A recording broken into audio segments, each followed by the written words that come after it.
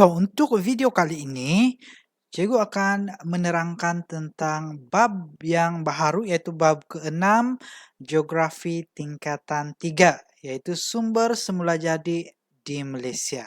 Oke, dalam video kali ini cikgu hanya akan terangkan satu subtopik sahaja, yaitu subtopik 6.1, sumber semula jadi di Malaysia.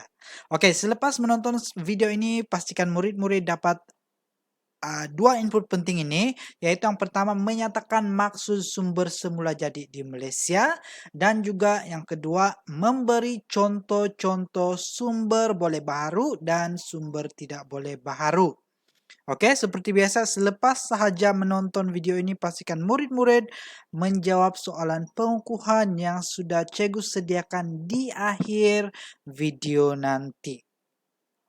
Oke, tanpa membuang masa, mari kita masuk dalam subtopik 6.1, yaitu sumber semula jadi di Malaysia. Oke, sumber semula jadi bermaksud bahan atau punca yang terdapat di sekeliling kita. Oke, sama ada di atas permukaan bumi, di dalam bumi, ataupun di dalam air. Oke, itu adalah maksud sumber semula jadi. Oke, sumber semula jadi dia terbahagi kepada dua jenis. Ini mesti murid-murid perlu ingat, wajib untuk ingat sebab biasanya dia selalu keluar dalam soalan exam. Oke, dua jenis yaitu sumber boleh baharu dan juga sumber tidak boleh baharu. Oke, apa maksud sumber boleh baharu?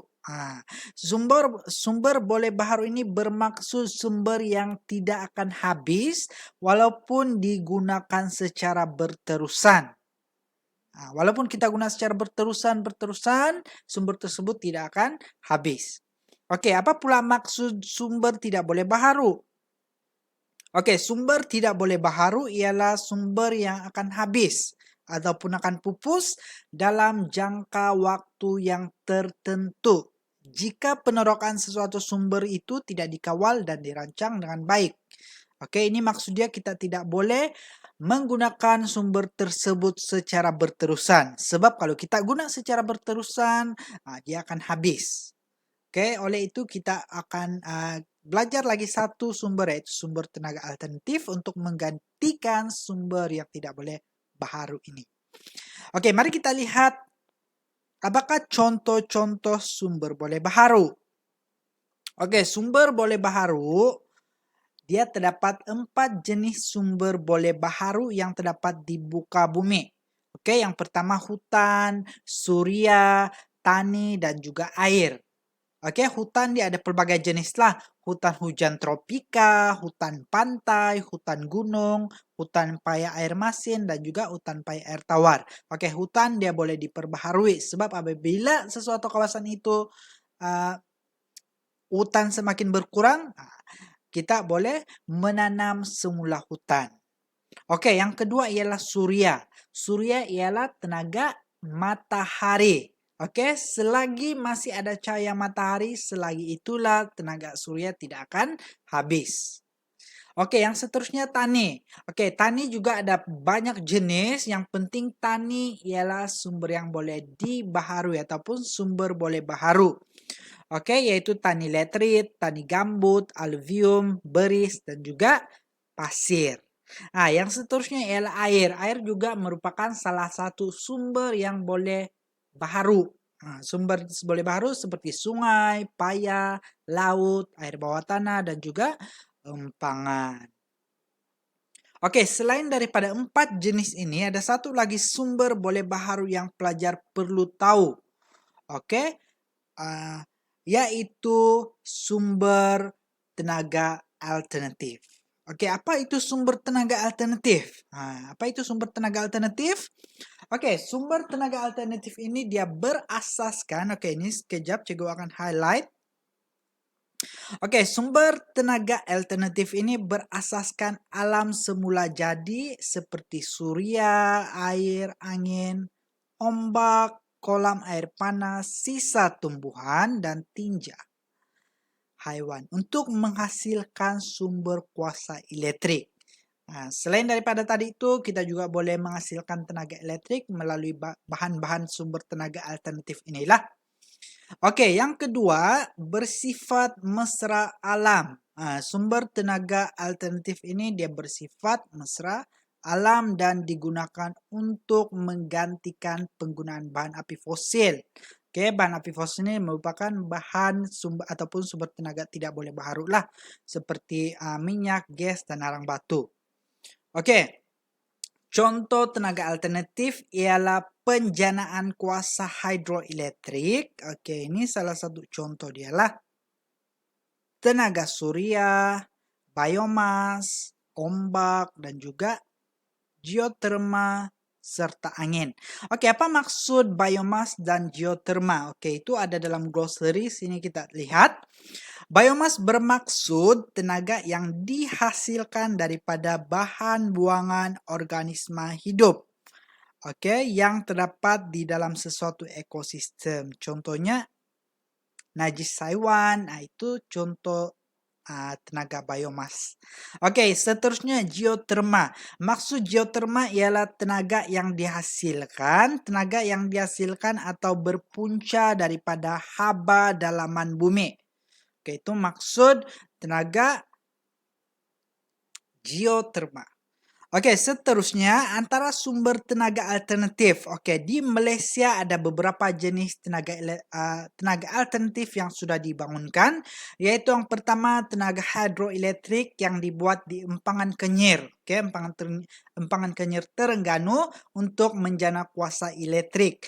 Yang kedua tenaga surya juga untuk elektrik, pemasangan panel solar pada bumbung bangunan dan rumah.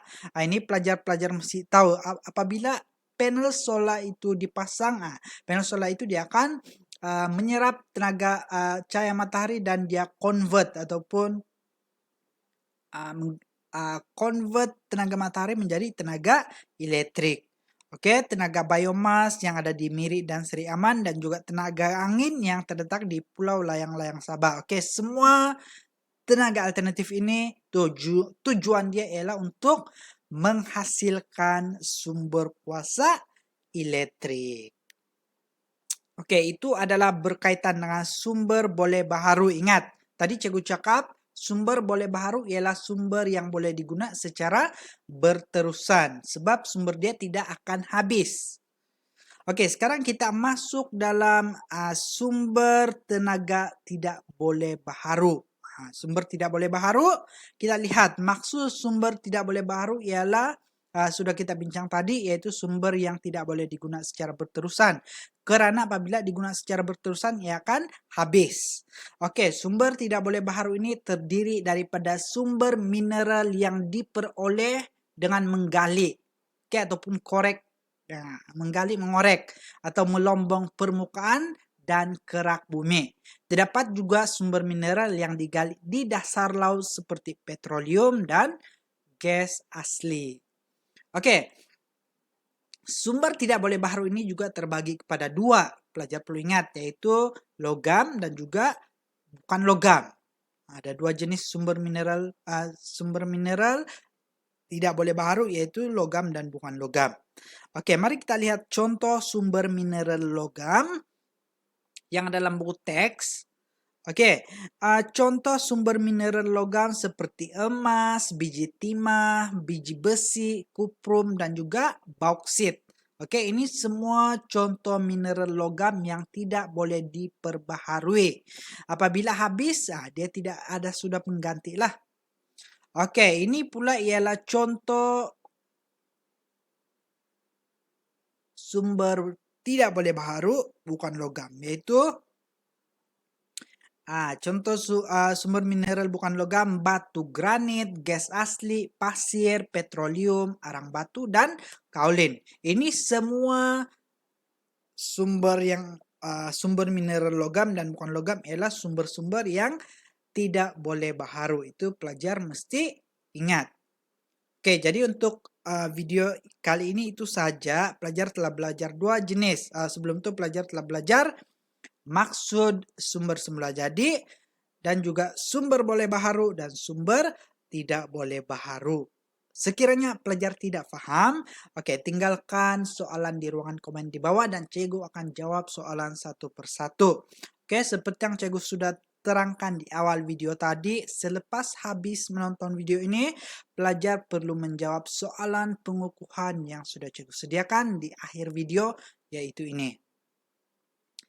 Oke, itu sahaja untuk video kali ini. Itu saja untuk video pembelajaran kali ini. Kita akan sambung lagi pembelajaran kita pada video yang akan datang. Oke, sekian dan terima kasih.